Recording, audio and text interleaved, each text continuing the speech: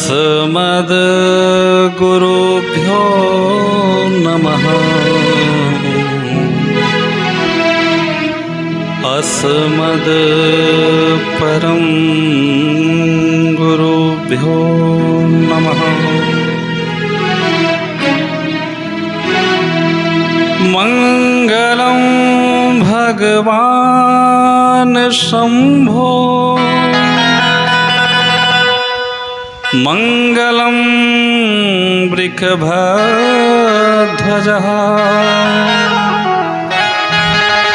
मङ्गलं पार्वतीनाथ,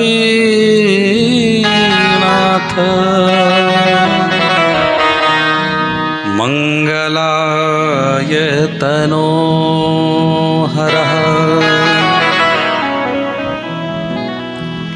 वन्दे देव उमापतिं सुरगुरुं, वन्दे जगत्कारणं,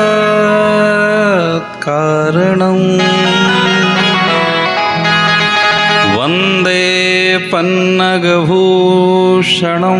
मृगधरं, वन्दे पशूनां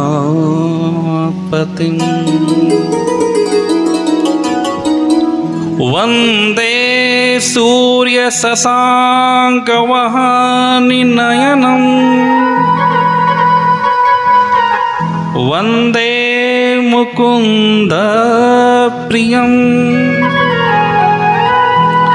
वन्दे भक्तजनाश्रयाश्रवरदं,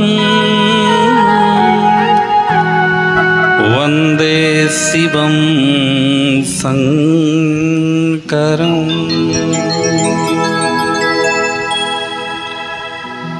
अपने अपने घरन की सब काहू को पी, तुम ही पीर सब घरन की। धन्य धन्य रघुवीर, वेदी प्रधान पे देव प्रधान, कृपा कई के अब वाई पधारो। देवन के संग हे श्री गणेश, हमें भव सिंधु से पार उतारो। यज्ञ क्रिया को पूर्ण करो, इस पूर्ण समाज को आज सुधारो। होवे सुखी यजमान सदा, होवे सुखी यजमान सदा। रघुनाथ के जीवन को रखवारो। बोले श्री सीतारामचंद्र भगवान की जय, श्री हनुमान जी महाराज की जय। जय जय हनुमान गोसाई, जय जय जय हनुमान गोसाई। जय जय जय हनुमान गोसाई। जय जय जय हनुमान गोसाई। जय जय जय हनुमान गोसाई। जय जय जय हनुमान गोसाई। कृपा कराओ गुरुदेव की नाई। कृपा करवो गुरु देव की नाई। जही विधि हो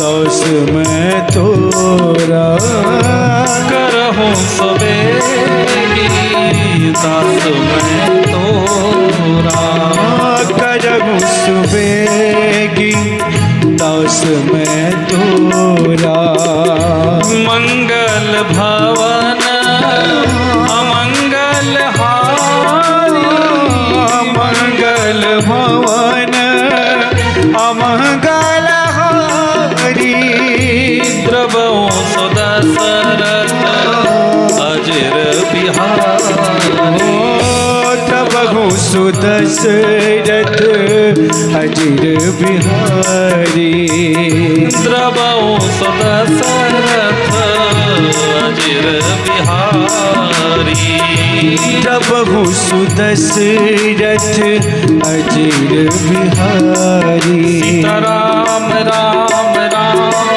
राजा राम राम राम सीताराम राम राम राजा राम राम राम सीताराम राम राम राजा राम राम राम सीताराम राम राम राजा राम राम राम सीताराम राम राम राजा राम राम राम सीताराम राम राम राजा राम राम राम सीताराम राम राम प्यारे राम राम राम सीताराम राम राम प्यारे राम राम राम सीताराम राम राम राजा राम राम राम सीताराम राम राम राजा राम राम राम सीताराम राम राम राजा राम राम राम सीताराम राम राम राजा राम सीताराम राम राम राजा राम राम राम सीताराम राम राम राजा राम राम राम सीताराम राम राम राजा राम राम राम सीताराम राम राम राजा राम श्री शिवाय नमस्तुभ्यं श्री शिवाय नमस्तुभ्यं श्री शिवाय नमस्तुभ्यं श्री शिवाय नमस्तुभ्यं श्री शिवाय नमस्तुभ्यं श्री शिवाय नमस्तुभ्यं श्री शिवाय नमस्तुभ्यं श्री शिवाय नमस्तुभ्यं श्री शिवाय नमस्तुभ्यं श्री शिवाय नमस्तुभ्यं श्री शिवाय नमस्तुभ्यं श्री शिवाय नमस्तुभ्यं श्री शिवाय नमस्तुभ्यं श्री शिवाय नमस्तुभ्यं श्री शिवाय नमस्तुभ्यं श्री शिवाय नमस्तुभ्यं सीताराम राम राम राजा राम राम राम सीताराम राम राम राजा राम राम राम सीताराम राम राम राजा राम राम राम सीताराम राम राम राजा राम सीताराम राम राम राजा राम राम राम सीताराम राम राम राजा राम राम राम सीताराम राम राम राजा राम सीताराम राम राम राम राम सीताराम राम राम राजा राम राम राम सीताराम राम राम सीताराम राम राम बोले श्री सीतारामचंद्र भगवान जय श्री हनुमान जी महाराज की जय हो भूत भावन भोलेनाथ भगवान की जय हो श्री बालाजी महाराज की जय हो सब संतों की जय हो सब भक्तों की जय हो स्वामी राम बालक दास जी महाराज की जय हो आज के यजमान की जय हो उनके माता पिता की जय हो उनके भक्ति भावना की जय हो कथा में आने वालों की जय हो कथा में ना आने वालों की जय हो सत्य सनातन धर्म की जय हो भारत माता की जय हो गौ माता की जय हो नमः पार्वती पतये हर हर महादेव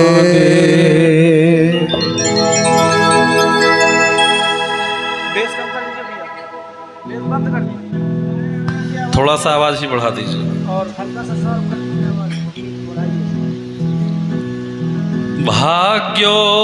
भाग्योदयेन बहुजन्म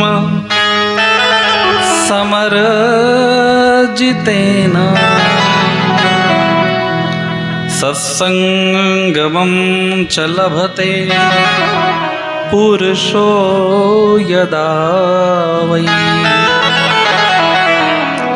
परम मंगलमय आदिदेव महादेव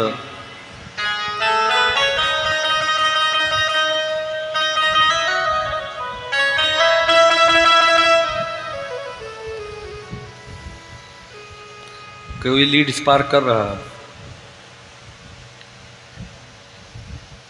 लीड कोई स्पार्क कर रहा, देखिए आवाज आ रही है।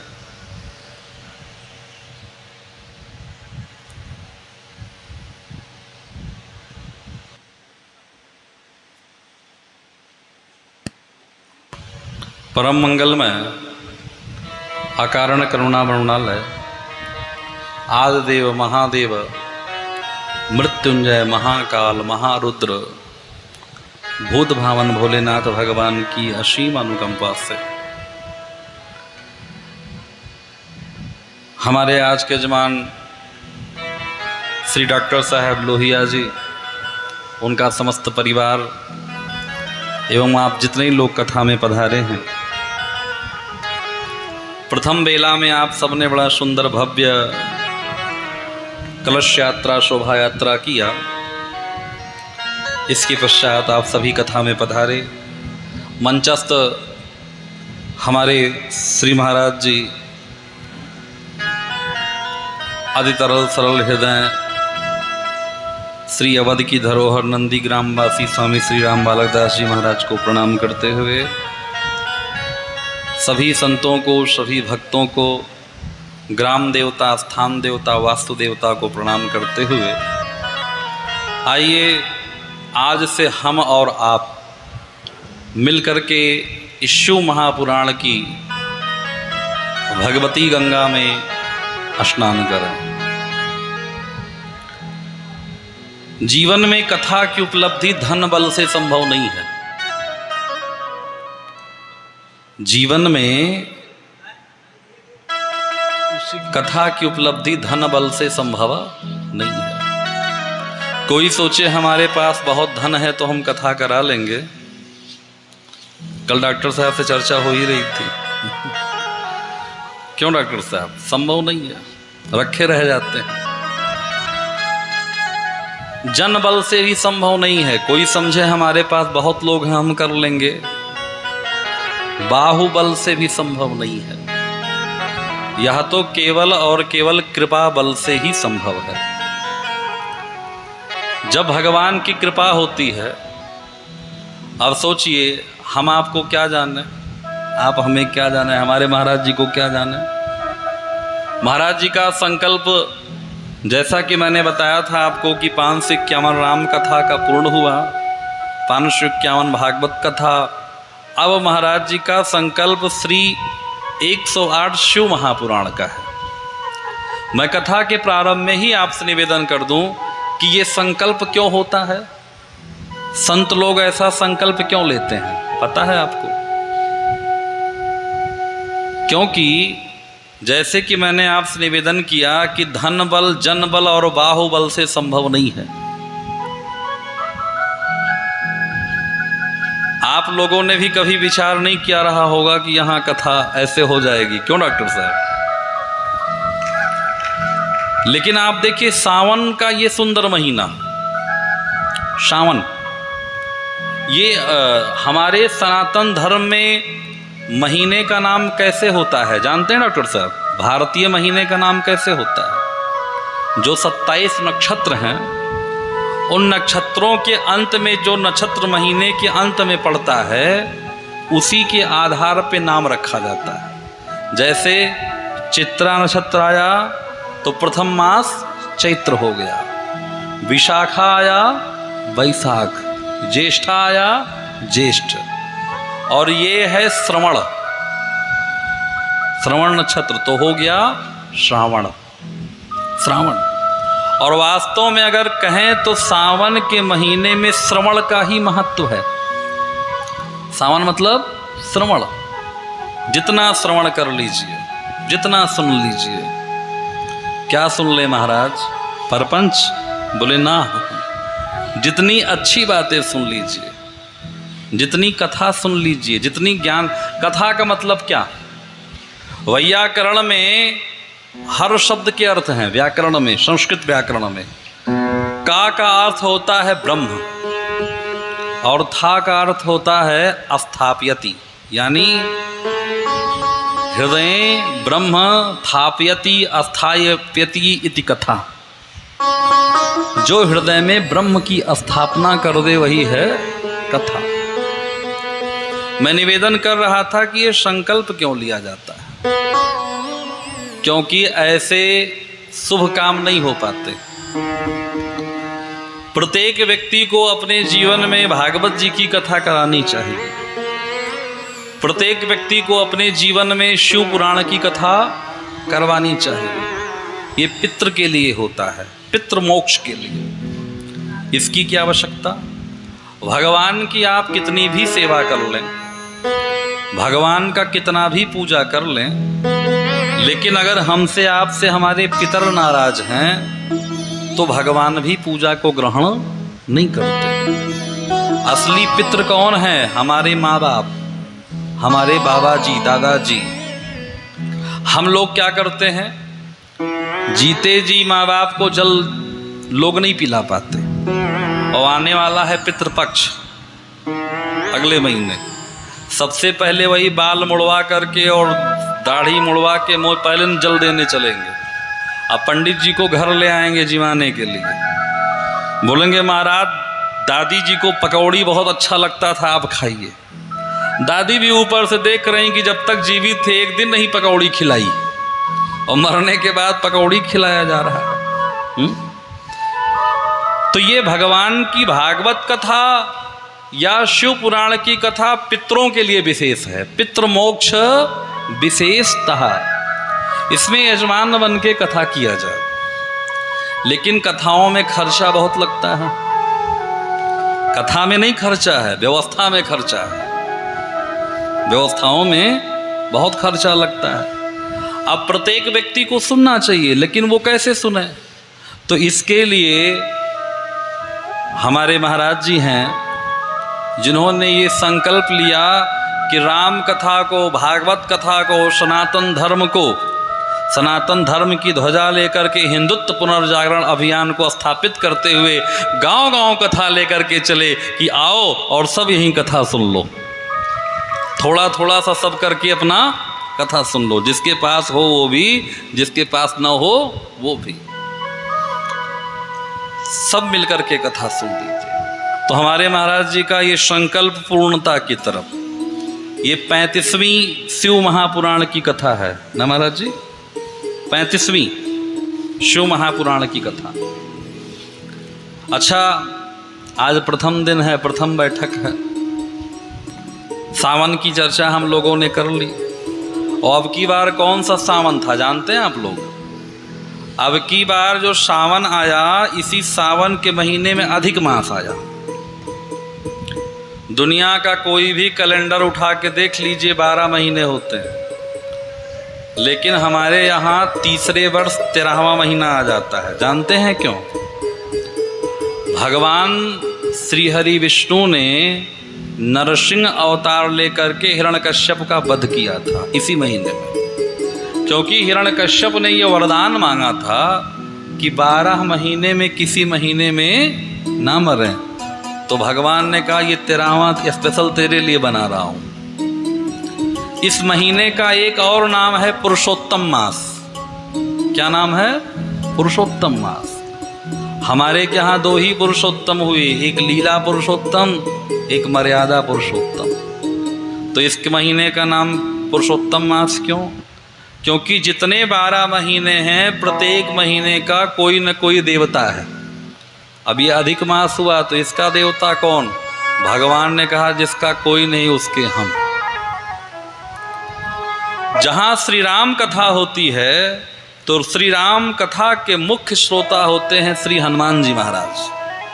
यत्र यत्र रघुनाथ कीर्तनम तत्र तत्र मस्तकांजलि। लेकिन जब शिव महापुराण की कथा होती है तो शिव पुराण की कथा के मुख्य श्रोता होते हैं भगवान श्री राम जी। कौन होते हैं? भगवान श्री राम। कथा बैठ के श्रवण करते हैं। ये जो अधिक मास का महीना आया है, ये 19 वर्षों के बाद आया है डॉक्टर साहब। 19 वर्षों के बाद सावन के महीने में अधिक मास आया है। और सावन के महीने में श्रवण का बड़ा फल है। और सबसे सुंदर भक्ति क्या है जानते हैं? श्रवण करना।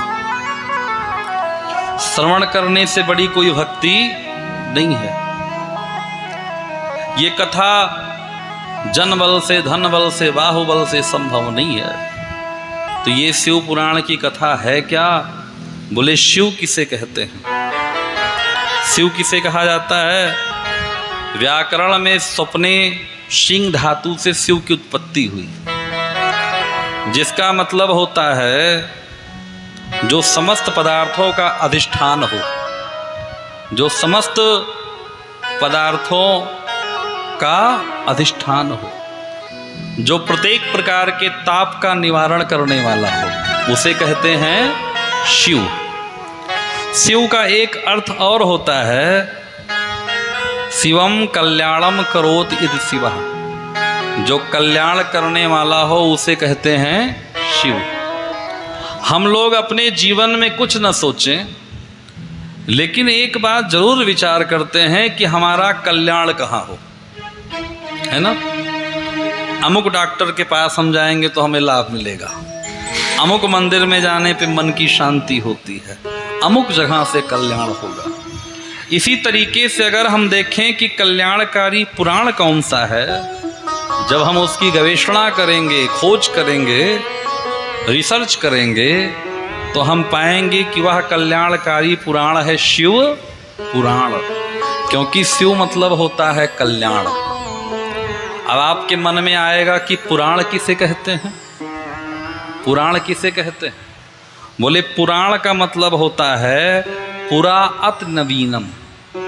पुराना होते हुए भी हमारी समस्याओं का जो नवीन समाधान कर दे, उसे पुराण कहते हैं। उसे पुराण कहते हैं। ये पुराण है क्या? बोले इस संसार में सबसे बड़ी चीज है ज्ञान। वो कोई भी ज्ञान हो, और बिना ज्ञान के मुक्ति नहीं है। हमारा साथ पूरा परिवार छोड़ सकता है, हमारा साथ हर कोई छोड़ सकता है, लेकिन जो हमारा ज्ञान है वो हमारा साथ छोड़ नहीं सकता। शास्त्र कहते हैं ऋते ज्ञानम न मुक्ति। बिना ज्ञान के मुक्ति नहीं है। जब तक हम जान नहीं लेंगे तब तक मुक्ति नहीं होगी। और ज्ञान के मामले में हम भारतवासी सबसे संपन्न हैं, क्योंकि ज्ञानों की खान जो है वेद, वो हमारे पास है। वेद। लेकिन अगर आपसे पूछा जाए कि वेद आपने पढ़ा, तो आपका सिर ऐसे हिलेगा ना? नहीं। क्यों? क्योंकि वेद के जो अर्थ हैं वो बड़े जटिल हैं। तो वेद को जानने के लिए हमारे यहाँ 2 प्रकार के ग्रंथों का निर्माण किया गया है। बड़े ध्यान से सुनिएगा। एक को कहते हैं इतिहास, दूसरे को कहते हैं पुराण। इतिहास पुराणाभ्याम वेदम संवृंगयेत। इतिहास कितने हैं हमारे यहाँ? इतिहास कितने हैं? 2। ये मुगलों की त्रासदी हमारा इतिहास नहीं है। 2 इतिहास हैं। एक है रामायण, दूसरा है महाभारत। पुराण कितने हैं? 18। पुराण हैं 18। दुनिया का कोई भी इतिहासकार एतिर्विद हो, वेद के काल का निर्धारण नहीं कर पाया। वेद सबसे प्राचीन है, और उसी को जानने के लिए इतिहास और पुराण है। और इन 18 पुराणों में से जो कल्याणकारी पुराण है वो शिव पुराण है, जिसे हम और आप श्रवण करने के लिए बैठे हैं। पुराण मतलब होता है कि हमारे जीवन का जो नवीन समाधान देते।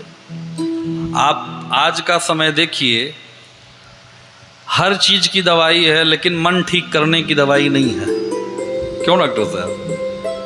अगर जाया जाए मेडिकल स्टोर पे, कहा जाए हमारा मन थोड़ा सा खराब है, कोई टिकिया दीजिए, तो मन ठीक करने की दवाई नहीं है। और आज की जो पढ़ाई है वो ज्ञान तो बहुत बढ़ जाता है, लेकिन वो वर्णन नहीं झेल पाते आज के लोग। छोटी छोटी बातों पे व्यक्ति आत्महत्या कर ले रहा है, छोटी छोटी बातों पर। ये कहाँ से होगा? बोले ये जब हम इतिहास और पुराण की कथा को श्रवण करेंगे तब होगा। पुराण, आपको महाभारत की शायद एक कथा याद हो। अश्वत्थामा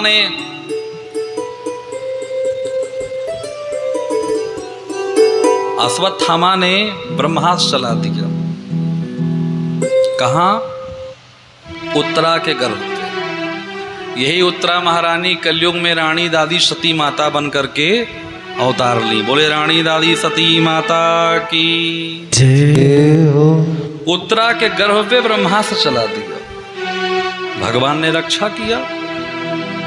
और जो भगवान ने रक्षा किया, गर्भ ब्रह्मास्त्र चलाया, उससे पहले जो 5 पुत्रों का वध कर दिया था अश्वत्थामा ने द्रौपदी के, तो अर्जुन लेकर के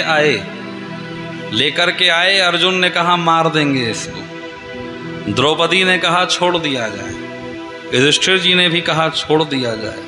भीम कहते हैं मार दिया जाए। अब यहाँ पे फैसला नहीं हो पा रहा है कि मार दिया जाए कि छोड़ दिया जाए। भगवान से पूछा गया, भगवान ने कहा प्रत्येक व्यक्ति के जीवन में एक समय ऐसा जरूर आता है जब व्यक्ति किम कर्तव्य विमूढ़ हो जाता है। क्या करें क्या ना करें, अपने परिवार में, अपने पड़ोस में, अपने रिश्तेदार में, क्या करें क्या ना करें। जब आपके जीवन में कभी ऐसी समस्या आए तो क्या करें? बोले एतान शास्त्र प्रमाणेन कार्यः कार्य व्यवस्थित हो, तो शास्त्र का प्रमाण लीजिए। बोले भगवान शास्त्र क्या कहता है? बोले शास्त्र कहता है ब्रह्म बंधुर्नहं तव्य आतताई वधार्हणः। ब्रह्म बंधु को नहीं मारना चाहिए। ये महाभारत की एक लाइन की कथा बताने का केवल इतना मतलब था कि शास्त्र का प्रमाण लेना चाहिए। तो ये शास्त्र का प्रमाण लेकर के कैसे मिलेगा? बोले जब हम भगवान की कथा को सुनेंगे। और ज्ञान के बिना जीवन में अंधकार होता है। एक बात आप समझें, जैसे आप अपना घर छोड़ करके 8-10 साल के लिए कहीं और चले जाएं, कहीं और रहने लगे, रात्रि में अपने घर लौट करके आए, बिजली की व्यवस्था ना हो, पूरे घर में अंधकार हो, तो वो अंधकार कैसे दूर होगा? तलवार से, भाला से, बंदूक से नहीं। कैसे? दीपक से। तो 10 साल का अंधकार है तो क्या 10 दीपक जलाना पड़ेगा? बोले नहीं, एक दीप ही काफी है। इसलिए संसार के अंधकार को भी दूर करने के लिए केवल एक दीप काफी है, वो है शिव पुराण। शिव पुराण से क्या पता लगेगा? बोले मैं कौन हूं। हम लोग जीवन में दूसरे की खोज करते रहते हैं, वो ये कर रहा है, वो ऐसा है, वो वैसा है, वो, लेकिन आप कौन हैं? अच्छा, कभी कभी हम लोग बड़े काम की बात करते हैं। जब डॉक्टर साहब से मिलते हैं तब क्या कहते हैं? डॉक्टर साहब मेरे सिर में दर्द है। यानी आप बता रहे हैं कि आप कोई और हैं और सिर कोई और है। मेरे बदन में दर्द है, यानी आप बदन नहीं हैं। मेरे हाथ में दर्द है, मेरा पेट 3 दिन से खराब है, यानी आप कोई और हैं। तो आप हैं कौन? हु इज मी, मैं कौन हूं? यही बताता है शिव महापुराण। इसको जाने बिना कल्याण नहीं है। कैसे खुद को जाने, कैसे खुद को पहचाने। आत्मा का ना जन्म होता है ना मृत्यु होता है, आत्मा की केवल यात्रा होती है। जीव के भीतर से शिव निकल जाए तो केवल 100 बचता है। क्या बचता है? 100। यही शिव जो हम बोल रहे हैं, यही शिव है। जो आप सुन रहे हैं यही शिव है, और यही निकल जाए तो क्या होगा? 100। फिर हमें घर वाले जितना भी प्रेम करते हों, कोई 24 घंटा रखने को तैयार नहीं है कोई तैयार? कितना भी सोने की माला पहन लीजिए, कितनी अंगूठी सोने की पहन लीजिए, सबसे पहले बड़ी बहू अगर बाहर रहती है और आपका शरीर छूट गया तो आके रोएगी नहीं, पहले यही देखेगी अंगूठी कहाँ है। छोटी बहू ने पहले निकाल लिया, हाँ, चैन पहले खींच लिया। इसीलिए कथा बताती है कि तुलसी की माला पहनिए, इसे कोई नहीं निकालेगा। रुद्राक्ष की माला पहन, और क्या करेंगे घर वाले? पूरी रात चाय पी पी के रोते हैं, पूरी रात। कभी ये पड़ोस वाले अदरक वाली चाय दे जाएंगे, फिर चाय पिएंगे, फिर 1 घंटा रोएंगे, फिर 1 घंटा रोएंगे। चाय पी पी के पूरी रात रोया जाता है, पूरी रात। लेकिन अगर आपके गले में तुलसी की माला है, रुद्राक्ष की माला है, तो उसे घर वाले ग्राहक नहीं है उसके, और अगर सोना पड़ा है तो पहले ही खींच लिया जाएगा। यही शिव पुराण की कथा बतलाती है। बोले महाराज, ये शिव पुराण की कथा कहाँ से प्रारंभ हुई? एक ऋषि हैं जिनका नाम है शौनक। क्या नाम है? शौनक जी महाराज। ये उस समय के कुलपति थे, 88,000 ऋषियों को साथ रखते थे, और ये लोग हमेशा कुछ न कुछ चर्चा संसार के लिए किया करते हैं। आज ये 88,000 ऋषि पहुंचे हैं कहाँ? प्रयागराज में। प्रयागराज में बैठे, और इन्हीं के बीच में सूत जी महाराज का आगमन होता है, जो पुराणों के वक्ता हैं। जितनी भी कथाएं हैं ये सब सूत शौनक संवाद हैं, चाहे भागवत कथा हो, चाहे ब्रह्म वैवर्त हो, चाहे पद्म पुराण हो। सूत जी महाराज, ऋषियों ने सोचा कि खूब स्वाहा स्वाहा कर लिया, बड़ी यात्रा कर ली, त्र्यंबकेश्वर की, ममलेश्वर की, रामेश्वरम की। अब तो शरीर से खड़ा भी नहीं हुआ जा रहा, अब क्या करेंगे? अब तो दांत भी गिर गए हैं, बोलेंगे राम तो मुंह से निकलेगा आम, मुंह से आम निकलेगा। अब क्या करें? बोले अब हम लोग कथा सुने। सूत जी महाराज को एक व्यास आसन पे बिठा दिया गया, और शौनक जी प्रश्न करते हैं। कहाँ? शिव महापुराण के महात्म में। आज हम लोग महात्म के कथा को श्रवण करेंगे। महात्म का मतलब क्या? बोले महत्व। जब तक हम महत्व नहीं जानेंगे तब तक हम कुछ नहीं मानेंगे। जानना पड़ता है पहले। जाने बिनु न होई परतीति, बिनु परतीति होई नहीं प्रीति। शिव पुराण में भगवान शिव की कथा है, भगवान शिव के बारे में जानकारी है, लेकिन ये कथा किसने सुनी, क्यों सुनी, कब सुनी, क्या लाभ है, क्या हानि है, इन सारी बातों का जिसमें अन्वेषण किया जाए उसे कहते हैं महात्मा। तो शिव महापुराण के महात्म का पहला श्लोक शौनक जी कहते हैं, हे सूत महाप्राज्ञ सर्वसिद्धांतवित् प्रभो, आख्याहि में कथा सारम पुराणानाम विशेषतः। हे सूत जी महाराज, आप परम विद्वान हैं, सभी सिद्धांतों को जानने वाले हैं। आपसे निवेदन है कि आप कथा का सार सुनाइए, कथा ना सुनाइए। क्यों? क्योंकि कलयुग में 6 घंटे कथा नहीं कोई सुन पाएगा। कथा का सार बताइए। कैसे कथा का सार? बोले सदाचार से सद्भक्तिर विवेको वर्धते कथम। इस कलयुग में सदाचार को कैसे प्राप्त हो, बुद्धि विवेक को कैसे बढ़ाया जाए। स्वाविकारश निरश्चापि सज्जनई क्रियते कथम। सज्जन लोग क्या करते हैं ये बताइए महाराज। और एक बात, सर्व सिद्धांत निष्पन्नम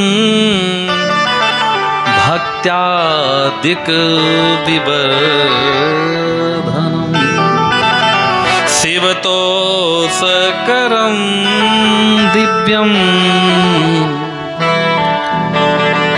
शृणुवस्स रसायनम। सूत जी कहते हैं, भैया हम आपको ऐसी कथा सुनाएंगे जो सब सिद्धांतों से निष्पन्न हो, भक्ति को बढ़ाने वाला हो।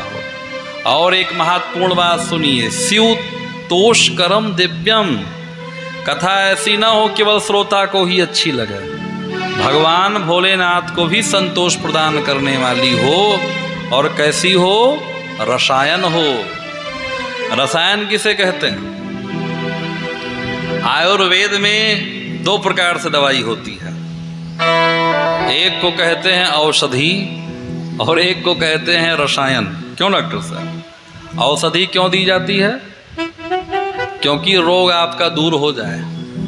और रसायन क्यों दिया जाता है? आपको रोग हो ना, इम्यूनिटी सिस्टम मजबूत करने के लिए, जैसे च्यवनप्राश है ना। तो ऐसी कथा आपको सुनाएंगे जो भगवान को तो संतोष प्रदान करे और रसायन भी देने वाला हो। क्योंकि भगवान शिव शंकर को जिसने भी पूजा है उसका उद्धार ही उद्धार हुआ। भोलेनाथ का पूजन करने वाला जो भी, आप देखेंगे कोई गांव ऐसा आपको नहीं मिलेगा जहां शिवाला ना हो। जरूर कोई न कोई शिवाला आपको प्रत्येक गांव में मिलेगा, है ना। बोले शंकर भगवान की। शिव शंकर को जिसने पूजा उसका ही उद्धार हुआ। शिव शंकर को जिसने पूजा उसका ही उद्धार हुआ। अंत काल को भवसागर से उसका बेड़ा पार हुआ। शिव शंकर को जिसने पूजा उसका ही उद्धार हुआ। शिव शंकर को जिसने पूजा उसका ही उद्धार हुआ। अंत काल को भवसागर से उसका बेड़ा पार हुआ। भोले शंकर की पूजा करो,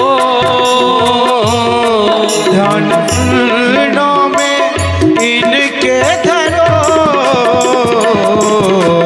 हर हर महादेव शिव शंभु, हर हर महादेव शिव शंभु, हर हर महादेव शिव शंभु, हर हर महादेव शिव शंभु, हर हर महादेव शिव शंभु, हर हर महादेव शिव शंभु, हर हर महादेव शिव शंभु।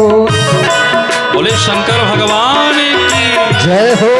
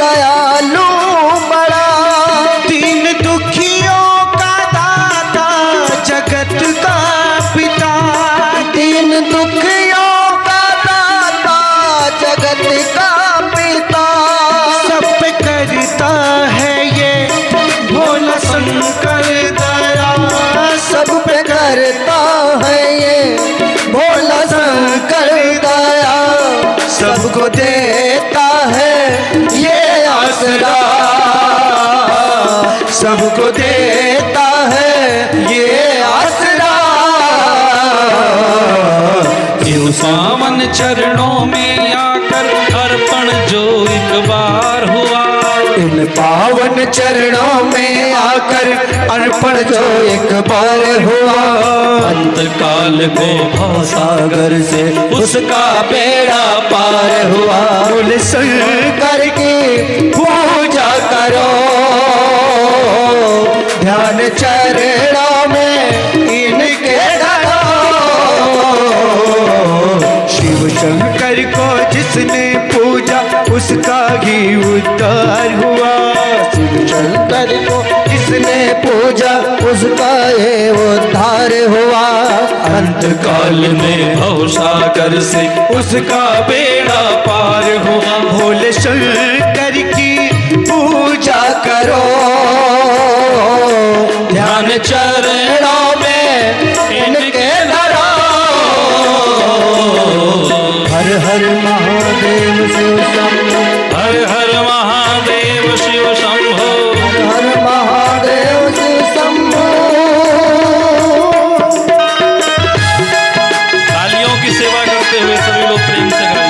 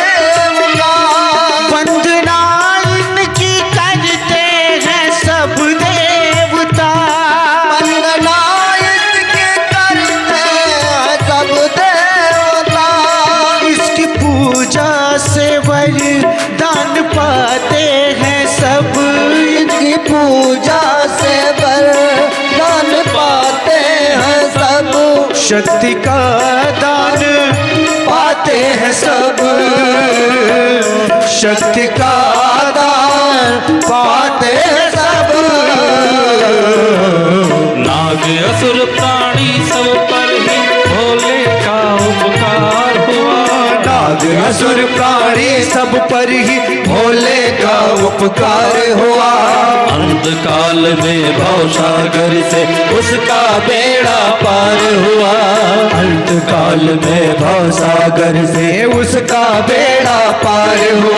बोले शंकर की पूजा करो, भोले शंकर की पूजा करो, ध्यान चरणों में इनके धरो। हर हर महादेव शिव शंभो, हर हर महादेव शिव शंभो, हर हर महादेव शिव शंभो। शिव शंकर को जिसने पूजा उसका ही उद्धार हुआ। शिव शंकर को जिसने पूजा उसका ही उद्धार हुआ। अंतकाल में भवसागर में उसका बेड़ा पार हुआ। अंतकाल को भवसागर में उसका बेड़ा पार हो। भोले शंकर की पूजा करो, ध्यान चरणों में उनके धरो।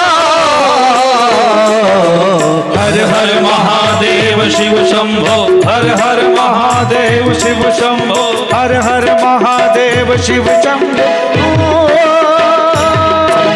हर हर महादेव शिव शंभो, हर हर महादेव शिव शंभो, हर हर महादेव शिव शंभो।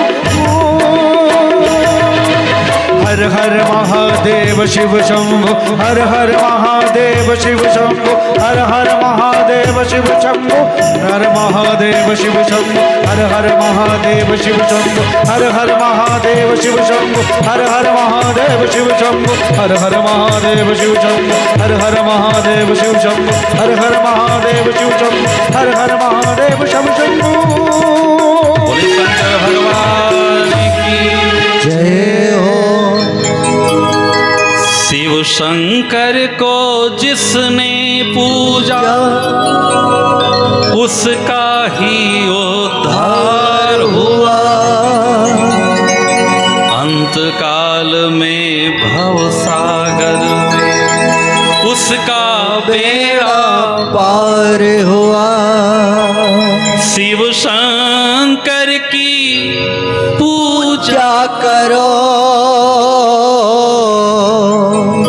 ध्यान चरणों में शिव के धरो।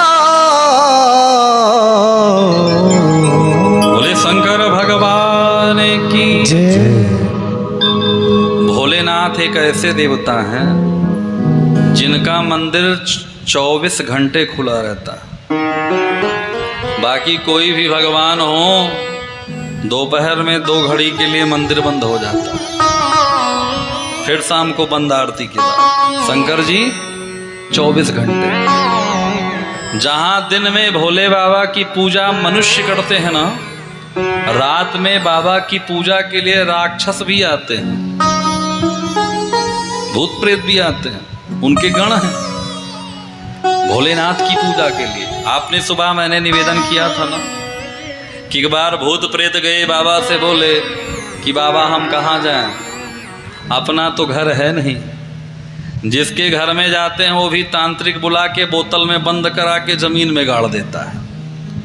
भोले बाबा ने कहा आ जाओ हमारे घर में, हमारे घर में आ जाओ। सबको साथी बना लिया। और भोले बाबा तो ऐसे देवता हैं, आपने सुना होगा, बड़ी प्रसिद्ध कथा है कि एक चोर गया बाबा के मंदिर में पहुंचा तो शंकर जी का मंदिर देख के चोर को और क्रोध आया कि मंदिर भी मिला तो शंकर जी का, क्या चुराए। बाकी किसी भगवान के मंदिर में जाता सोने का मुकुट होता, यहाँ तो कुछ है ही नहीं। तब तक उसका दिमाग चला गया घंटे पे। आंखों ने घंटे को देखा, सोचा घंटे चुरा लेते हैं। घंटे तक पहुंच नहीं पा रहा था, सो बाबा के ऊपर ही खड़ा हो गया पिंडी पे। भोलेनाथ प्रकट हो गए। उसने कहा महाराज आप कौन? बोले हम शिव शंभू। हमने ऐसा क्या कर दिया? पुजारी जी भी दौड़े आ गए। महाराज पंचामृत चढ़ाया, अच्छत चढ़ाया, फूल चढ़ाया, आप नहीं प्रकट हुए। ये चोर ने क्या कर दिया? भोले बाबा ने कहा तुमने अच्छत फूल चढ़ाया, इसने तो अपने आप को ही चढ़ा दिया। प्रकट हो गए। आशु भगवान का एक नाम है, आशुतोष। शीघ्रता से प्रसन्न हो। सूत जी से सौनक जी कहते हैं महाराज ऐसी कथा सुनाइए जो भगवान शिव के चरणों में भक्ति दे। सूत जी कहते हैं सुनो। काल व्याल महात्राश विध्वंस करमोत्तमम्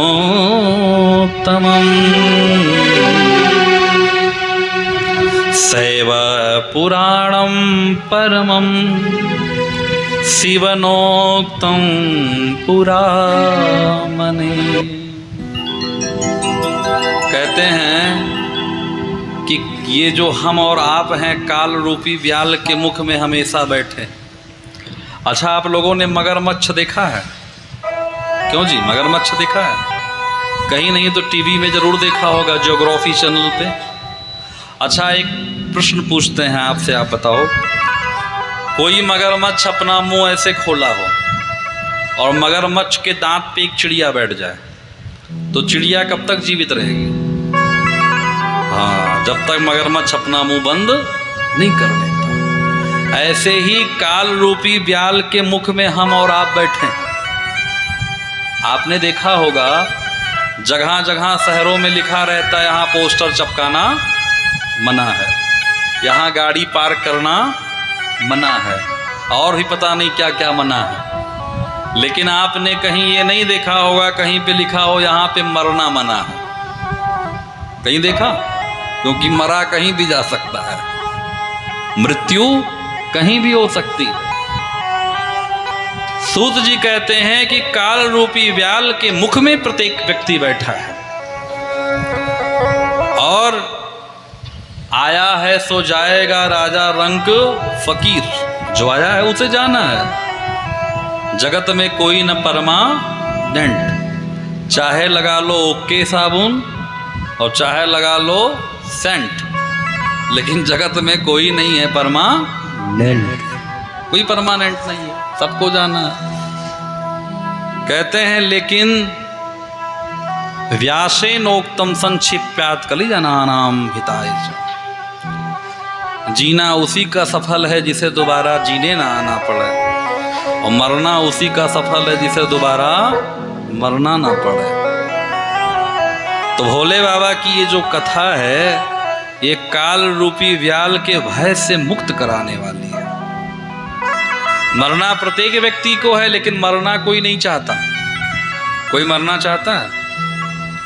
बूढ़ी बूढ़ी माताएं कहती हैं, हे भगवान उठा लो। हे, मेरी तो एक बूढ़ी माता जी थी, बहुत काम घर पे पड़ता था, तो किसी ने कहा बेटे की शादी कर लो, बहू आ जाएगी तो काम हाथ बटाएगी। अब बहू आई तो आज के ज़माने वाली 10 बजे सो के उठने वाली। अब रात को 2 बजे तक व्हाट्सएप चलेगा तो 2 बजे उठेगी, 10 बजे उठेगी व्हाट्सएप। तो सासू माता बड़ी परेशान, फिर भी घर का काम खुद ही करना पड़ता, झाड़ू पोछा। दीपावली का समय आया, बूढ़ी माता पूरे घर को साफ की, बहुत सारा कूड़ा इकट्ठा हुआ, कूड़ा उठ नहीं रहा था, हो गई बुढ़िया परेशान। तो बूढ़ी माता ने कहा मेरी तो यमराज भी नहीं सुनता कि उठा ले आकर के। यमराज बगल से निकल रहे थे, किसी को उठाने जा रहे थे बगल पे। बोले माता जी चलेंगी? बोले आप कौन? बोले हम यमराज, पड़ोसी को लेने आए हैं, तुम भी चलो। बूढ़ी माता ने कहा अरे नहीं, गरीब आदमी मजाक भी नहीं कर सकता, अभी तो पोता पोती का मुंह भी नहीं देखा, अभी कैसे चलूं? संसार की जो माया है ये बड़ी घनिष्ठ है, इसी में व्यक्ति फंसा हुआ है, कोई जाना नहीं चाहता। बोले इस भय को जो मुक्त करने वाली कथा है वो शिव पुराण की है। शिव पुराण कौन सी कथा है? बोले जो स्वयं भोलेनाथ ने माता पार्वती को सुनाया। सबसे पहले इस शिव महापुराण में 1 लाख श्लोक थे। इस शिव महापुराण में कितने श्लोक थे? 1 लाख। इस शिव महापुराण में 1 लाख श्लोकों के साथ साथ देखिए चिखली से हमारे भक्त नाना जी हैं, एक बार जोरदार ताली से स्वागत करिए आपका, सेठ जी का। बड़ा ही सुंदर भाव आपका, आइए स्वागत है। बोले शंकर भगवान की जय हो।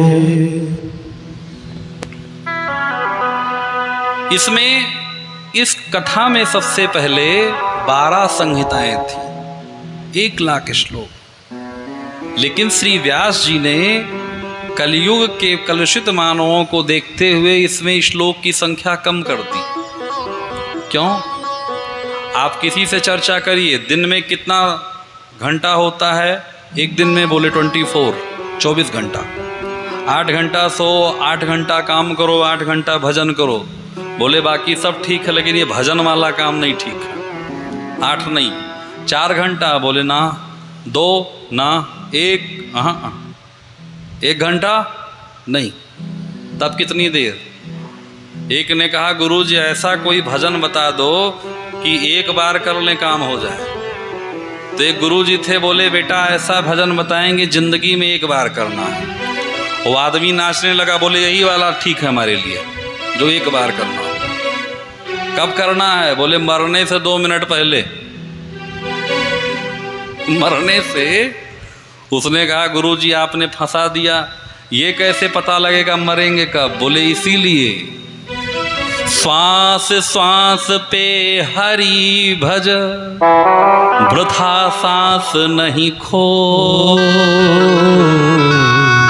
ना जाने यह श्वास की आवन हो या न हो। फिर तो कलयुग के मानवों को देखते हुए इस शिव महापुराण को संक्षेप में कर दिया गया। इसकी 7 संहिताएं कर दी गई। कितनी संहिताएं? 7 संहिताएं। इस धरती पे केवल एक व्यक्ति थे जिन्हें पता था कब मरना है। जानते हैं कौन? आप लोग तो विद्वान श्रोता। कौन? परीक्षित जी महाराज, जिनको पता था 7वें दिन।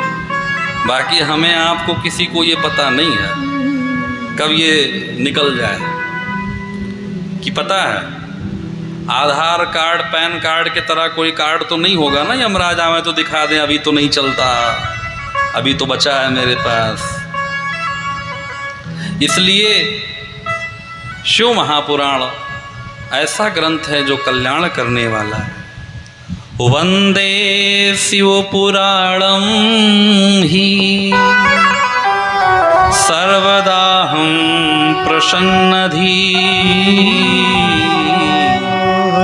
शिवः प्रसन्नतां याय दद्यास्तव पदयोरतिम्।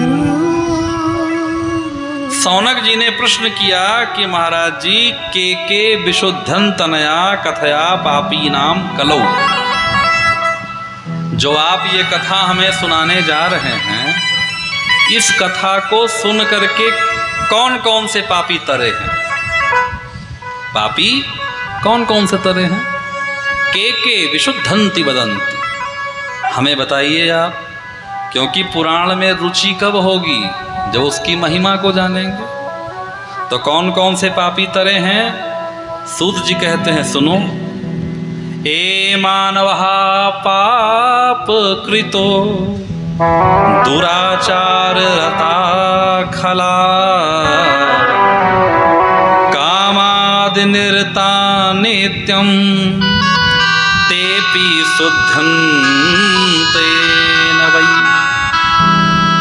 सूत जी कहते हैं जो मानव पूरे जीवन पापाचार अत्याचार भ्रष्टाचार में लिप्त हो और शिव महापुराण की कथा सुन ले वो तर जाता है। इसका मतलब, इसका अर्थ ये ना लगाइएगा कि चाहे जितना पाप करें शिव पुराण सुन ले फिर तर जाए, कितना भी पाप करें। भगवान की पूजा से क्या होता है जानते हैं?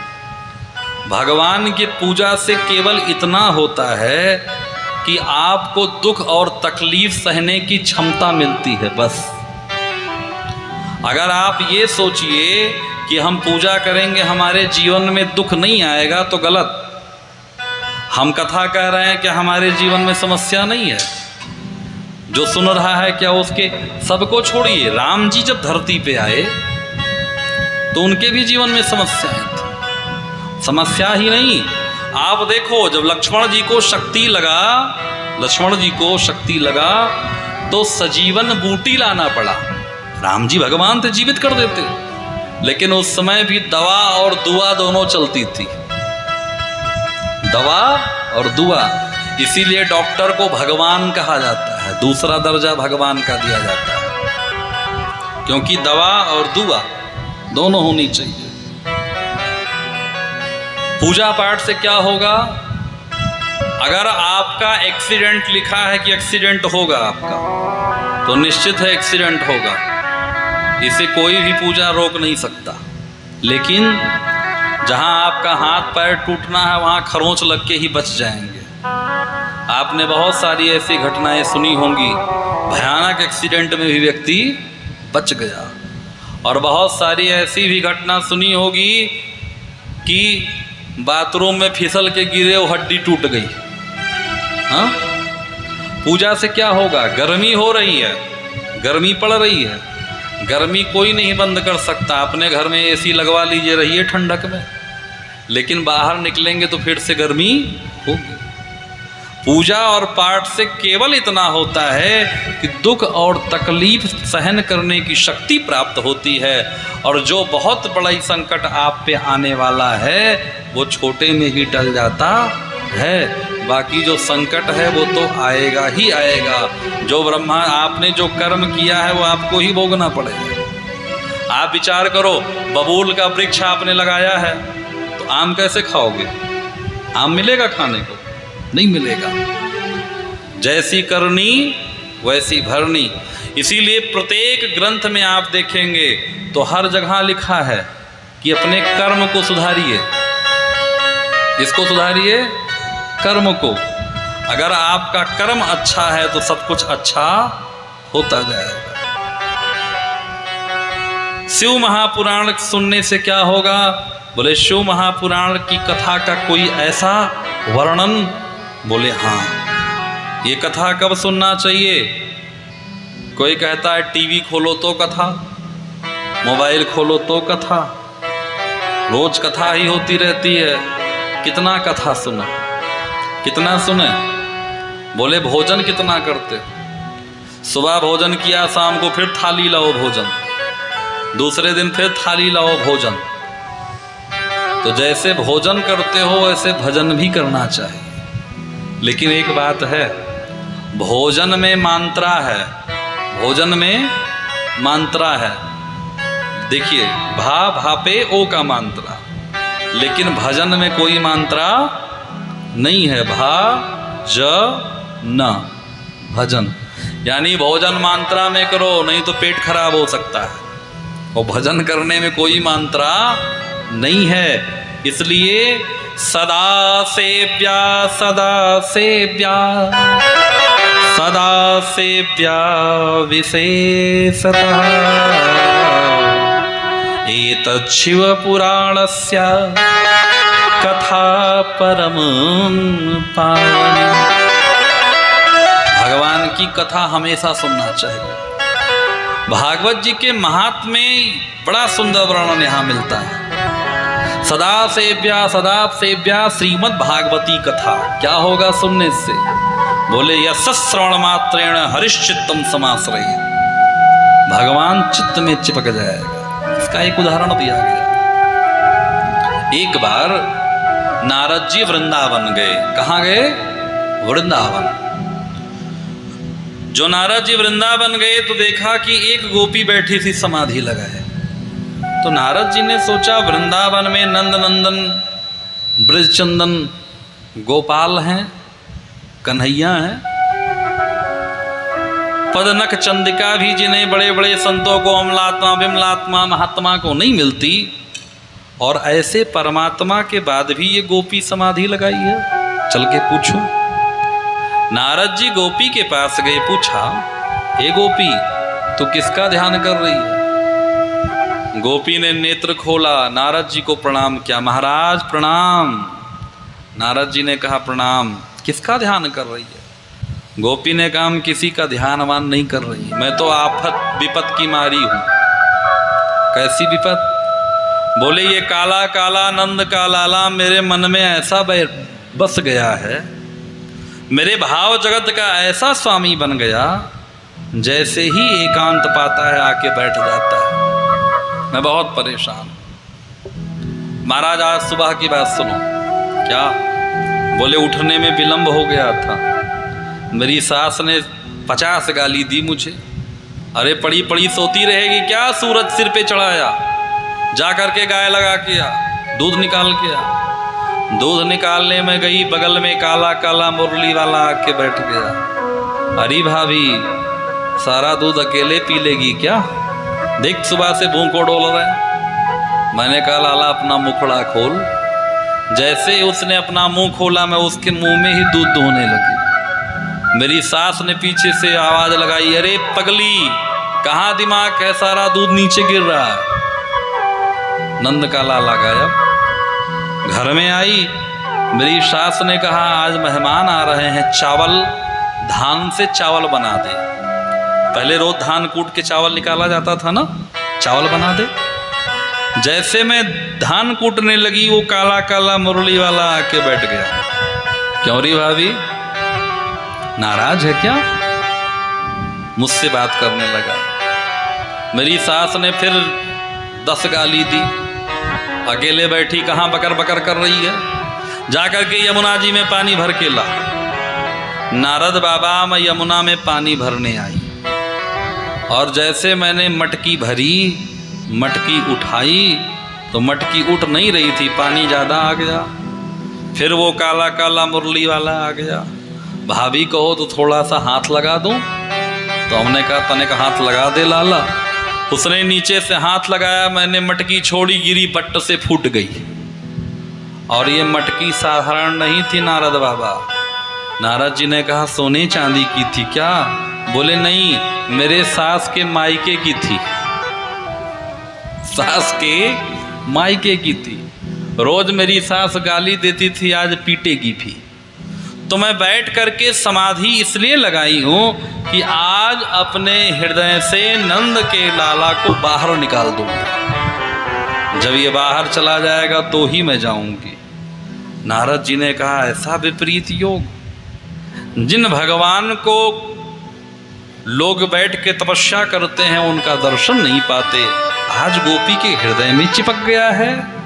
ये कैसे चिपकेगा? सदा सेव्या, सदा सेव्या। जब हम भगवान की कथा को ज्यादा से ज्यादा सुनेंगे।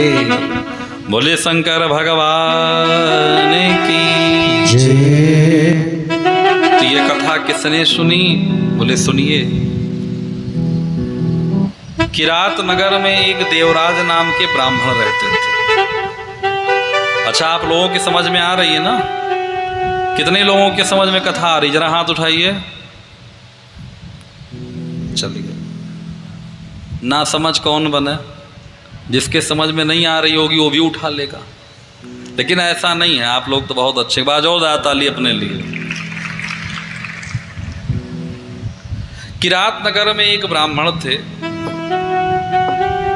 जिनका नाम था देवराज।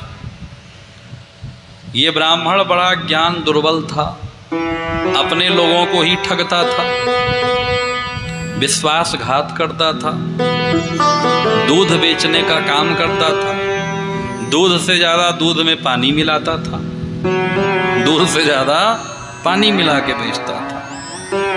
ये सब ठीक था, लेकिन एक दिन इसने तालाब में एक शोभावती नाम की वेश्या को नहाते हुए देखा और शोभावती की शोभा के पीछे दीवाना हो गया। उसे लाके घर रख लिया। शिव महापुराण की बड़ी विचित्र कथा है। आप देखिए, जब व्यक्ति पतित होता है तो कितना पतित हो जाता है। वेश्या को घर में रख लिया तो घर वाले मना करते। पत्नी थी, माँ थी, पिताजी थे।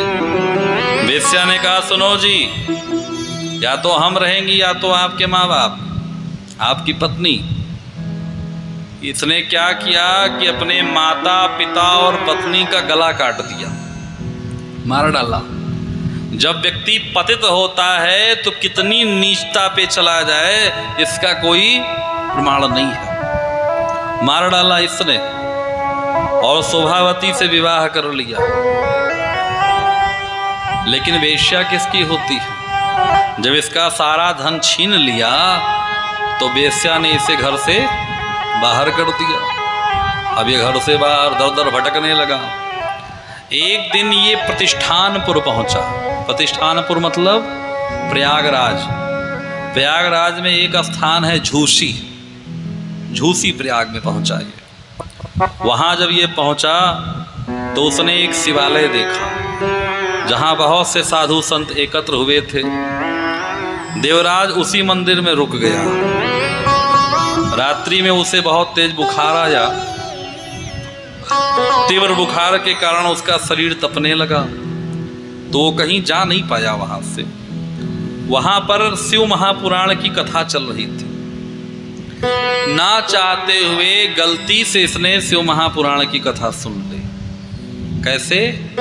ना चाहते हुए शिव महापुराण की कथा सुनी और कथा सुनने के बाद शाम को मर गया।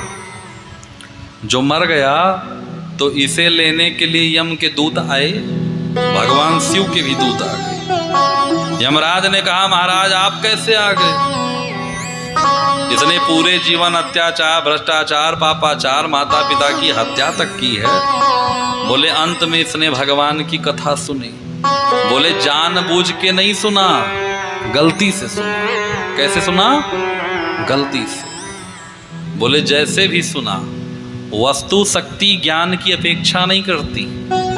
वस्तु शक्ति ज्ञान की अपेक्षा नहीं करती। मतलब आप लोगों के घर में बिजली है, सबके घर में है, मीटर लगा है, बिजली बिल देना पड़ता है। अगर आप बिजली के नंगे तार को छू लीजिए तो क्या होगा? पटक देगा कि छोड़ देगा, मालिक हैं बिल देते हैं? नहीं छोड़ेगा। जान के छूइए तो पटकेगा, और अनजान में पड़ जाए तो पटकेगा। अग्नि में आप जान के कूदिए तो जलेंगे, अनजान में कूदिए तो जलेंगे। जैसे विद्युत का कार्य है करंट देना, जैसे अग्नि का कार्य है दाह करना, ताप करना, वैसे भगवान के नाम में तारक शक्ति है। जान के लीजिए या अनजान में लीजिए तर जाएंगे, चाहे जैसे लीजिए। इसकी मुक्ति हो गई। सुंदर विमान पे बैठ करके शिव पुराण भगवान शिव के लोक को चला गया। जो कथा को श्रवण किया तो बोले भैया ये तो बड़ी सुंदर कथा है, इसको सुनने से भगवान का लोक मिलता है, और कोई कथा सुनाइए। बोले सुनो। समुद्र के निकट में एक वास्कल नाम का नगर, उस नगर में वास्कल नाम का गांव था। उस गांव में एक बिंदुक नाम का ब्राह्मण रहता था। अब आप देखो ब्राह्मणे की कथा है सब। लोग कहते हैं कि ब्राह्मण बड़ा अच्छा लिखे, लेकिन यहाँ देखो ये भी ब्राह्मण। अभी एक ब्राह्मण आपने सुना देवराज, और ये भी ब्राह्मण। ये ब्राह्मण कैसा है? बोले ये वैदिक धर्म से विमुख है, न चंदन लगाए, न शिखा बांधे, न पूजा पाठ करे, वैदिक धर्म से विमुख। इस गांव में रहने वाले जितने ब्राह्मण से सब अस्वस्थ रखने वाले थे, पाप कर्मों में लीन थे, कोई अच्छा काम नहीं करता था। लेकिन जो बिंदुक था, इसका विवाह चंचुला नाम की कन्या से हुआ। चंचुला से विवाह हुआ। चंचुला दूसरे गांव की थी तो वो धार्मिक थी, बड़ी सुंदर थी, बड़ी सुशील थी चंचुला। लेकिन बिंदुक बड़ा दुष्ट था, पर स्त्रीगामी था, वेश्यालय जाता था। चंचुला ने अपने पति को बहुत समझाया, लेकिन पति के समझ में नहीं आया। बहुत समझाया, तो जब बहुत समझाया तो चंचुला ने भी पति का रास्ता अख्तियार कर लिया, पुरुष मित्र बना दिया, पुरुष मित्र बना लिया। और पुरुष मित्र बनाया। एक दिन ये आया तो इसने अपनी पत्नी को दूसरे पुरुष के साथ देखा। जो देखा तो अपनी पत्नी को मारने लगा। पत्नी ने कहा महाराज क्यों मुझे मारते हो? अहम महारूपवती नौ यौवन विह्वला। अरे मैं रूपवती हूँ, आप इधर उधर घूमते हो, मैंने तो कभी आपको नहीं टोका। आप जो करो वो सही, मैं जो करूँ वो गलत। वो गलत कैसे हो गया? लेकिन आप देखो शिव महापुराण के महात्म्य कथा सब बड़ी विचित्र। बिंदुक कहता है मैं तुम्हें इसलिए नहीं मार रहा कि तुम दूसरे पुरुष के साथ क्यों रहती हो, मैं तुम्हें इसलिए मार रहा हूं कि तुम इससे पैसा लेती हो कि नहीं लेती हो। इससे पैसा लिया करो। तुम क्या लिया करो? पैसा। आजकल यही हो रहा है। और पति पत्नी दोनों मिलके व्यभिचार में लिप्त हो गए, दोनों लिप्त हो गए। समय बीतता गया। जो समय बीतता गया बिंदुक मर गया, भयानक पिशाच बना बिंद पर्वत पर। और जो चंचुला थी वो बूढ़ी हो गई। रूप यौवन कितने दिन रहेगा? बूढ़ी हो गई। अब बूढ़ी हो गई तो एक बार स्वजनों के साथ घूमने गई जो घूमने गई, गोकर्ण क्षेत्र चली गई। वहाँ पे एक पंडित जी शिव महापुराण की कथा कर रहे थे। ये बैठ गई कथा में। जो कथा में बैठी तो पंडित जी कथा कर रहे थे, नारी धर्म का वर्णन कर रहे थे। नारी धर्म क्या है? बोले जो स्त्री अपने पति के सिवा पर पुरुष का चिंतन नहीं करती, उस स्त्री, वो जो स्त्री है साक्षात भगवती स्वरूपा होती है। हमारे यहाँ स्त्रियों का बड़ा महत्व है।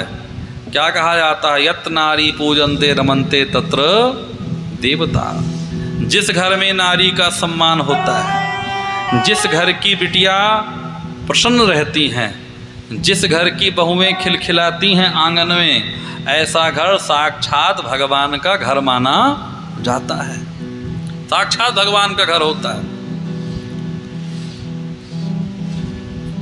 उदाहरण देते हुए कहते हैं, देखो वृंदा पतिव्रता थी। वृंदा का पति महान भयानक राक्षस जलंधर, लेकिन ब्रह्मा विष्णु महेश भी उसे मारने में समर्थमान नहीं हुए। लेकिन जो स्त्री अपने धर्म को भूल करके अपने धर्म का अनादर करती है, उसे संतप्त लोह पिंड से यमराज यमदूत पीटते हैं। जो इसने सुना वैराग को बढ़ाने वाली कथा, तो इसने सोचा मैंने तो अपने जीवन में पाप ही पाप किया, अब मेरा क्या होगा? मैं तो मारी गई, मैं जाऊंगी तो मेरा क्या होगा? मुझे तो मरने के बाद यमदूत तो मुझे बहुत मारेंगे। मैं तो मारी गई, जीवन भर मैंने अपराध किया, कोई बचाने वाला नहीं, अब मेरा क्या होगा? सोच रही थी। सोचते सोचते ये गई और महाराज जी के चरणों में गिर गई और महाराज जी से बोली, गुरु जी आप मेरा कल्याण करो। गुरु का अर्थ क्या होता है? गु मतलब अंधकार, रु मतलब प्रकाश। जो अंधकार से प्रकाश की तरफ ले जाएं, वही हैं गुरु। गुरु के चरणों में गिर गए। इसीलिए कहा जाता है कि प्रत्येक व्यक्ति को अपने जीवन में गुरु अवश्य करना चाहिए। गुरु अवश्य करना चाहिए और अपने मन को गुरु के चरणों में लगाना चाहिए। मन लागो रे लागो, मन लागो रे लागो, मन लागो रे लागो माझे गुरु भजनी। मन लागो रे माझे गुरु भजनी, मन लागो रे लागो मन गुरु भजनी। मन लागो रे मनो गुरु भजनी। मन लागो रे मन लागो रे मन लागो रे मन लागो रे मन लागो रे मन लागो रे माझे गुरु भजनी।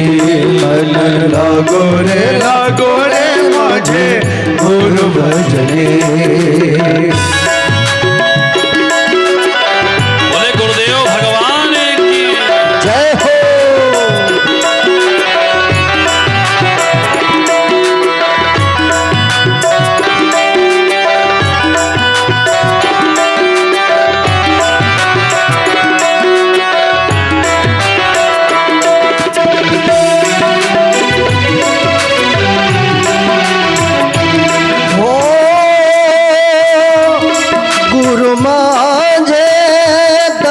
दिगंबर गुरु माझे दत्त दिगंबर, गुरु माझे दत्त दिगंबर, गुरु माझे दत्त दिगंबर। ब्रह्मा विष्णु तोचि महेश्वर, तोचि महेश्वर, ब्रह्मा विष्णु तोचि महेश्वर, तोचि महेश्वर। मन लागो रे लागो, मन लागो रे लागो, मन लागो रे लागो,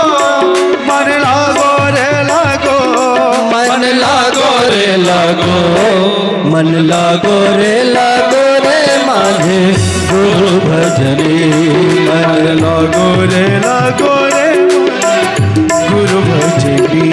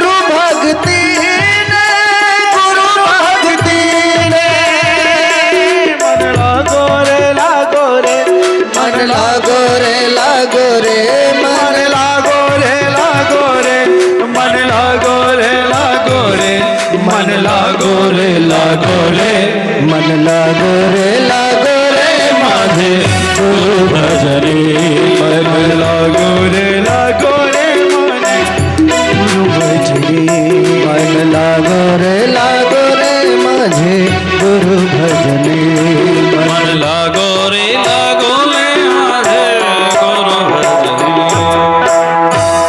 गुरुर्ब्रह्मा गुरुर्विष्णु गुरुर्देवो महेश्वरः गुरु साक्षात् परब्रह्म तस्मै श्री गुरवे नमः। बोले गुरुदेव भगवान की जय। चंचुला जाके गुरुजी के चरणों में गिर पड़ी। बोले गुरुजी आप मुझे दीक्षा दे दो। ब्रह्मण तम श्रेण सद्वृत्ता मां जन्त्या स्वाधर्मक श्रुत्वा मम दुरो स्वामी कृपां कृत्वा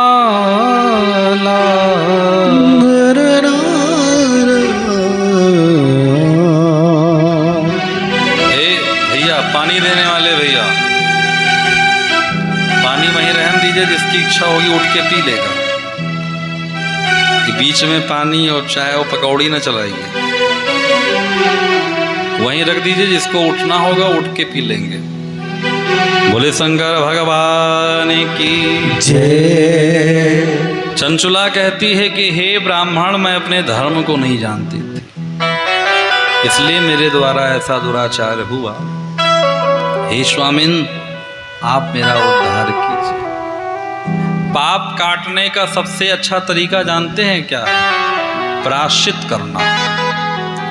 अगर आपने प्रायश्चित कर लिया तो आपका पाप कट गया। प्रायश्चित कर।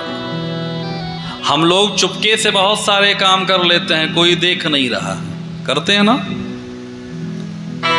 लेकिन भगवान के जो लेखा जोखा देखते हैं उनका क्या नाम है जानते हैं? चित्र गुप्त। जितने गुप्त चित्र हैं सब उनके पास है। 24/7 कैमरा ऑन मोड पे रहता है। जैसे यहां लगा नाइट विजन कैमरा, 24/7। जब आपका चित्र दिखाया जाएगा तो आप कहोगे रे ये मैं था, ये मैं थी। आप दूसरे के नज़र में क्या है इससे मतलब मत रखिए। जीवन में ऐसा कर्म करिए कि खुद के नज़र से नज़र मिला पाइए। अपने नज़र में आप मत गिरिए, बाकी दुनिया तो कुछ ना कुछ कहा करेगी, सबके मन के हो ही नहीं सकते। तू कौन है, तेरा नाम है क्या, सीता भी यहाँ बदनाम हुई, फिर क्यों रे जग की बातों से तेरे भीग गए हैं नैना। और कुछ तो लोग कहेंगे, लोगों का काम है कहना। प्रायश्चित करने का मतलब यह है कि आप अपने कर्म का प्रायश्चित कीजिए। अपने जो आपने दुष्कर्म किए हैं अगर आप प्रायश्चित कर लेते हैं तो मानिए आपका सारा पाप कट जाता है। चंचुला कहती है, हे ब्राह्मण देवता, मैंने थोड़े से सुख के लिए अपने हित की हानि कर, अब मुझे नरक में घोर कष्ट का सामना करना पड़ेगा। अब घोर कष्टों का सामना करना। महाराज, किम करोमि क्व गच्छामि कं वा शरणमाश्रये कस्त्रायते मां लोकेऽस्मिन् पतन्ति नरकार्णवे। अंत में चंचुला उन्हीं कथावाचक के शरण में चलेगी और महाराज जी ने चंचुला को शिव मंत्र की दीक्षा दे दी। भस्म लगाती, रुद्राक्ष पहनती, नमः शिवाय मंत्र का जप करती और जप करते करते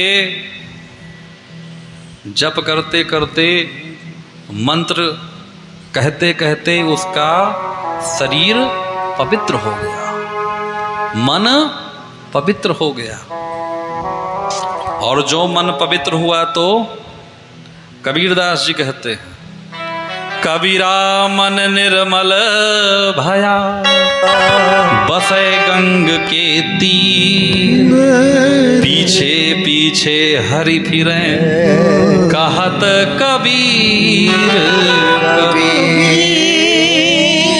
और मानस में राघवेंद्र सरकार कहते हैं, क्या कहते हैं, निर्मल मन जन सो मोहि पावा, निर्मल मन जन सो मोहि पावा, निर्मल मन जन सो मोहि पावा, निर्मल मन जन सो मोहि पावा, मोहि कपट छल छिद्र न भावा, मोहि कपट छल छिद्र न भावा, मोहि कपट छल छिद्र न भावा, मोहि कपट छल छिद्र न भावा, निर्मल मन जन सो मोहि पावा,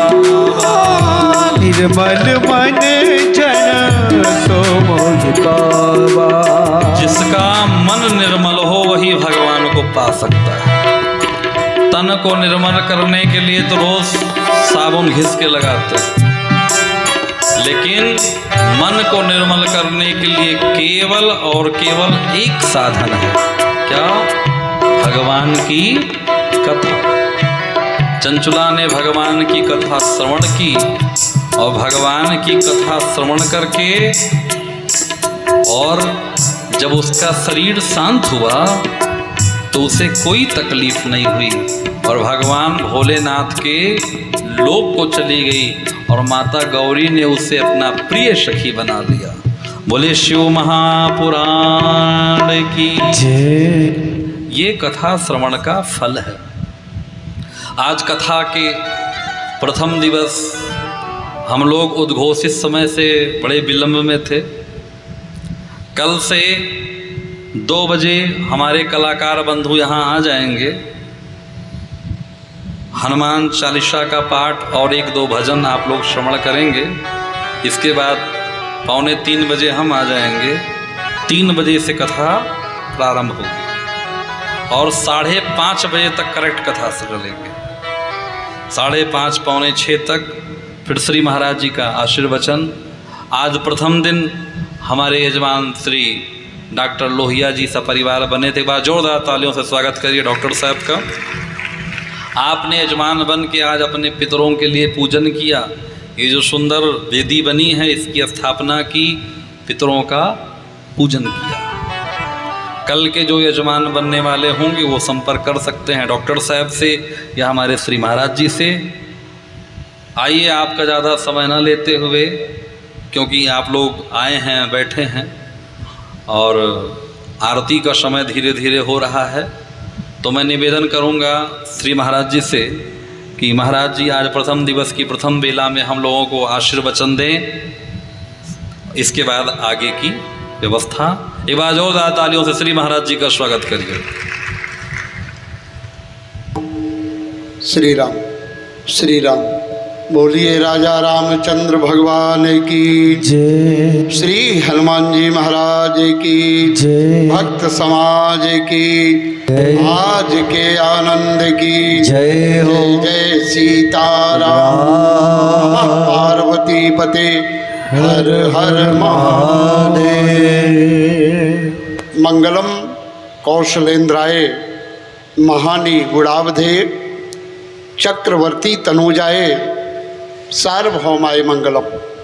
या देवी सर्वभूतेषु शक्तिरूपेण संस्थितः नमस्तस्यै नमस्तस्यै नमस्तस्यै नमो नमः। प्रिय बंधुओं, माताओं और बहनों, प्यारे प्यारे बच्चों, आज इस सुंदर पावन स्थान पर बैठकर भूत भावन अदेव अविनाशी भोले बाबा जी की मंगलमयी कथा का आनंद प्राप्त किए। श्री भार्गव मुनि जी के श्रीमुख से भगवान की जो पावन कथा है वो बड़े भाग से प्राप्त होती है। जिस कथा को श्रवण करने के लिए भक्तजन बहुत दूर दूर चले जाते हैं, काशी मथुरा बनारस अयोध्या पता लगाते रहते हैं कहाँ कथा हो रही भगवान की। भक्त लोग पहुँच जाते हैं जो कथा के प्रेमी होते हैं। कथा जीवन की व्यथा को दूर करती है। भगवान की कथा व्यक्ति के जीवन की व्यथा को दूर कर देती है। माता सीता जी अशोक वाटिका में जब लंका में थीं तो उनके मन में बड़ा कष्ट था। वो भगवान को बराबर याद करती थी, उनके कष्ट को कोई सुनने वाला नहीं था। लेकिन उसी समय हनुमान जी महाराज वहाँ पहुँचे और हनुमान जी ने क्या किया, माता सीता के कष्ट को दूर करने का क्या उपाय सोचा। रामचरित्र गुण बरन ही लागा और सुनते ही सीता कर दुख भागा। भगवान श्री राम जी के चरित्र का वर्णन किया, जिसको सुन करके भगवती सीता जी मुक्त हो गई, प्रसन्न हो गई, सारे दुख उनके दूर हो गए।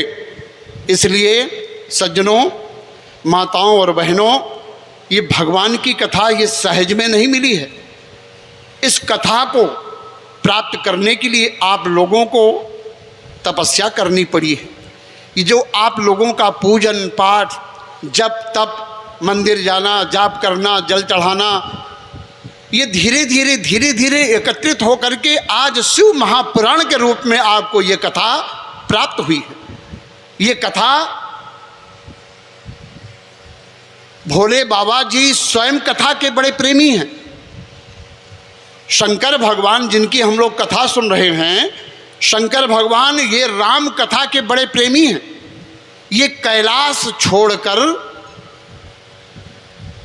नीचे आ गए, अपनी ऊंचाई का त्यागन कर दिया। कहाँ आ गए? भरद्वाज जी के आश्रम पर, कुंभज ऋषि के आश्रम पर। एक बार त्रेता युग माही शंभु गए कुंभज ऋषि पाही। सोचिए, भगवान की कथा प्राप्त करने के लिए यदि आपको अपने काम को छोड़ना पड़े, कोई बहुत आवश्यक कार्य है तो कोई बात नहीं, लेकिन काम तो जीवन भर लगा ही रहेगा। इसलिए भगवान की कथा प्राप्त करने के लिए यदि काम को विराम देना पड़े तो जरूर दे दीजिए। शंकर भगवान ने हम सभी लोगों को सीख दिया कि देखो कथा बड़े भाग से मिलती है। भगवान की कथा सुनने के लिए माता सती जी के साथ शंकर भगवान नीचे आ गए, कथा सुन रहे हैं। हनुमान जी महाराज भगवान की पावन कथा बराबर सुनते ही रहते हैं, अपने भक्तों को भी सुनाते हैं। आज वही कथा हम लोगों को प्राप्त हुई है। कथा का बड़ा महत्व है सज्जनों। एक बात याद आ गई, एक छोटी सी कथा जिसका विस्तार श्रीमद् भागवत पुराण में है, रामचरितमानस में भी थोड़ा सा है। एक राजा हुए हैं जिनका नाम था राजा पृथु। राजा पृथु का नाम आप सुने होंगे, भागवत की कथा जो सुने होंगे उसमें बड़ा विस्तार से है। राजा पृथु ने भगवान की तपस्या की, भगवान प्रसन्न हो गए और भगवान ने कहा राजा हम तुम्हारी तपस्या से बहुत प्रसन्न हैं, वरदान मांगो। राजा ने कहा प्रभु जी यदि आप मेरी तपस्या से प्रसन्न हैं तो कृपा करके मुझे 10,000 कान दे दीजिए, ये 10,000 कान दे दीजिए। तो भगवान को हंसी आ गई। भगवान ने कहा राजा अरे इतनी कठिन तपस्या करने के बाद ये तू क्या मांग रहा है? 10,000 कान यदि मैं तुझे दे भी दूंगा तो तू अच्छा नहीं लगेगा। शरीर में 2 कान अच्छे लगते हैं और 2 के बदले 4 दे दिए, 8 दे दिए, खराब हो जाएगा। तुम्हारे पूरे शरीर में हम यदि 10,000 कान दे देंगे तो देखने में अच्छा नहीं लगेगा, इसलिए और कुछ मांग ले। तो राजा ने कहा हे प्रभु मेरे कहने का मतलब ये नहीं है कि पैर से लेकर सर तक कान ही कान बना दो। फिर होल्डर, ये बल्ब का होल्डर एक होता है और उस होल्डर में चाहे 0 वाट का बल्ब लगा दो चाहे 500 वाट का लगा दो, होल्डर तो एक ही रहेगा। मेरे कहने का मतलब ये नहीं है कि मेरे शरीर में तुम 10,000 कान ही कान बना दो। मेरे कान 2 रहें, लेकिन इन दोनों कानों में 10,000 कानों की श्रवण शक्ति दे दो कि मैं जहाँ पर रहूँ अपनी गद्दी पर बैठा रहूँ और आपकी कथा कहीं भी होती रहे मैं उसे सुनता रहूँ। ऐसे राजा, ऐसे भक्त, जिस प्रकार से आप लोगों की भक्ति सज्जनों बड़े भाग से मिला है। जैसे कि हम लोग मानव का शरीर जो पाए हैं ये भी सहज में नहीं पाए हैं। इस शरीर को पाने के लिए भी हमको तपस्या करनी पड़ी। ये 84 लाख योनि में ये जीव भटका, कभी कुत्ता, कभी बिल्ली, कभी सुअर, कभी गधा, कभी नाली का कीड़ा बनता रहा। लेकिन हमारे भगवान बड़े कृपालु हैं, बड़े दयालु हैं। उनको दया आ गई, जीव के ऊपर दया आ गई तो कृपा करके मानव का शरीर दे दिया। भगवान ने कहा कि भाई मैं देख रहा हूँ तू बहुत भटक रहा है, बड़ा कष्ट उठा रहा है, इसलिए मैं तुझे मनुष्य बना रहा हूँ।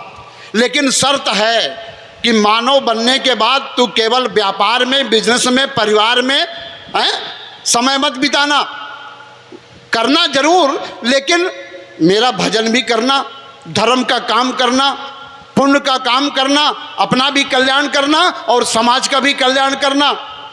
जीव ने कहा ठीक है भगवान मुझे मानव बना दो, जैसा आप कह रहे हो मैं वैसा ही करूँगा। भगवान ने भेज दिया, जीव को माँ के गर्भ में भेज दिया। अब 9 महीने तक बड़ा कष्ट उठाया। माँ जब खट्टा मीठा खाने लगती है तो जीव के ऊपर जाता है, वो छटपटाता है, लेकिन बंदरों से बंधा है, कुछ कह नहीं पाता है। भगवान से कह रहा है हे प्रभु कृपा करो। अब प्रभु कृपा करो यही भांति तो भगवान ने कहा तुम मेरे लिए क्या करोगे? तो जीव ने कहा कि सब तज भजन करो दिन राति, सब छोड़ दूंगा, केवल मैं आपका भजन करूंगा, मुझे बाहर निकाल दो, बड़ा कष्ट हो रहा है। और जैसे ही जीव बाहर आया भगवान ने पूछा, क्यों भाई पहुंच गए सही सलामत? जीव ने पहला ही शब्द कहा, कहाँ? रोता है ना बच्चा, बच्चा रोता तो क्या कहता है, कहाँ कहाँ? भगवान ने कहा पहुंच गए तो भजन करो, तो जीव कहता है कहाँ? अरे जब माँ के गर्भ में था तो बोल दिया, और यदि पैदा होते ही मैं तुम्हारा भजन करूंगा तो ये मेरे पापा का 4 व्हीलर कौन चलाएगा? ये दुकान कौन चलाएगा? ये व्यापार बिजनेस कौन करेगा? तुम अपने रास्ते, हम अपने रास्ते, जाओ अपना काम करो। अब मुझे संसार में आ गया हूं तो जरा मौज लेने दो। सोचो, हम लोगों की कथा है। हम लोग जब आ गए तो दुनियादारी में फंस गए, माया जाल में फंस गए। लेकिन सज्जनों, माया अच्छी बात है, जंजाल गृहस्थी का अच्छी बात है, क्योंकि गृहस्था आश्रम से ही सब कुछ होता है। गृहस्था आश्रम में मेरे भगवान आए, गृहस्था आश्रम में छत्रपति शिवाजी आए, महाराणा प्रताप आए, चंद्रशेखर आया, आजाद, भगत सिंह, ऐसे वीर लोग आए, और माँ के गर्भ में ही राम जी आए, कृष्ण जी आए। गृहस्था आश्रम सबसे अच्छा है, लेकिन आने के बाद हम अपने कर्तव्य को जरूर याद रखें। सज्जनों, ये शिव पुराण की कथा हनुमान जी की कृपा से